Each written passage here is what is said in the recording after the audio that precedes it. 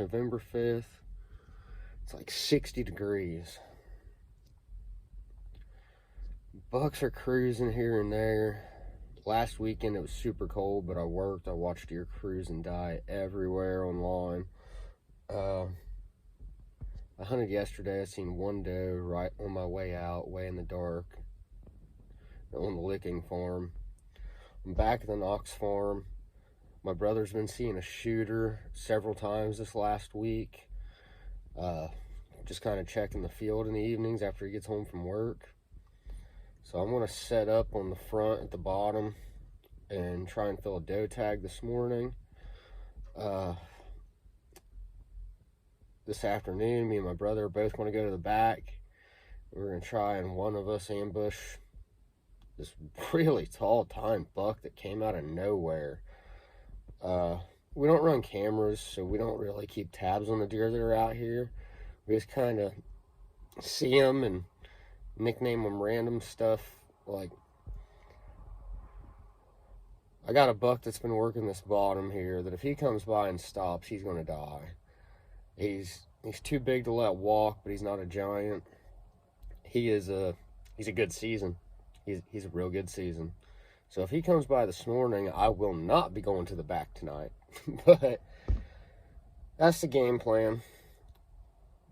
Hopefully I can stick a doe this morning, and then we'll definitely get back to the back this afternoon. It's been 5 years or so since Tyler got to hammer a good buck. I wouldn't mind seeing him put a real tall tine buck on the wall, especially from the place he lives. I've got a couple bucks from here. He's due one. He's really due one. He's got my string rifle that I used last year. I actually used the last couple years. It's a really solid, really reliable string rifle, and it'll do the job. I wouldn't mind seeing Tyler tag old tall tines. He's been watching it hard the last week. It keeps showing up. He needs to get him before rut does, though. That rut's coming soon. But I'll check up later. I need to get painted up and slip in and set up. I'm going to change my setup in the bottom up today. I'm not going to sit in the bottom. I'm going to sit on the high side. And see if that helps any. All right. See y'all later.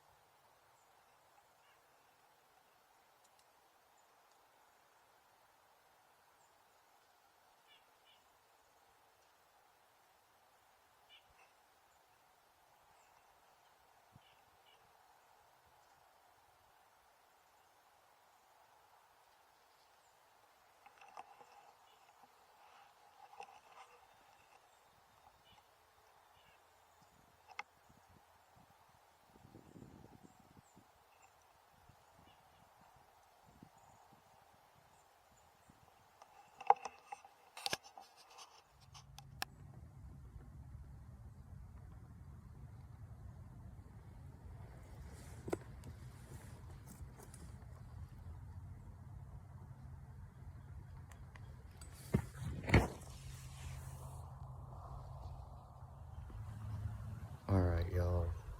I need to stand on my soapbox.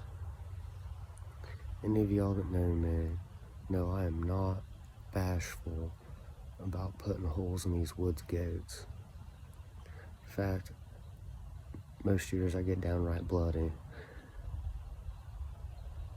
My soapbox speech is going to be that you do not have to buy the gimmick. You don't need ozonics. You don't need scent blocker. You don't need Sitka. You don't need to be 40 foot in a tree. I'd like to show you my setup this morning. I've already killed one deer off of this already this year. That one. This morning, I came in and sat down.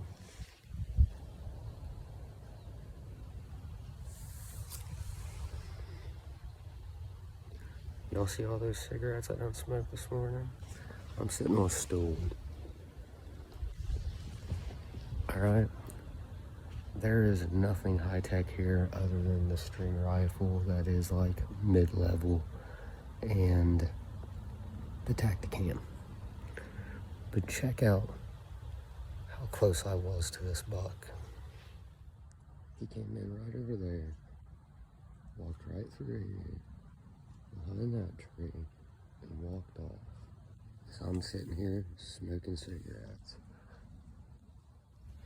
Now, I'm not gonna lie, the safety was off, the slack was out of the trigger, and it took everything in me not to kill that buck. It's just not the kind of buck you shoot on this farm before rut, before gun season. This is a Central Ohio farm. It holds a lot of good deer. It's a very high travel corridor. You just don't kill that buck before rut. And I had to talk myself out of stabbing him because he was just so close.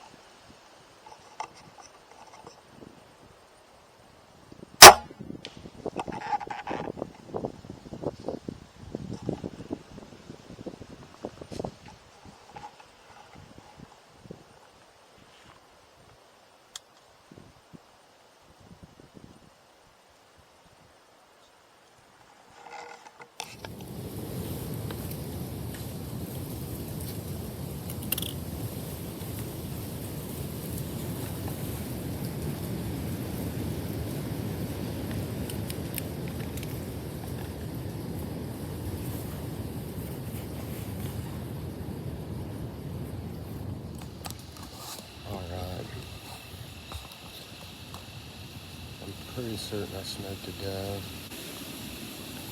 It's windy as hell. It's number 3.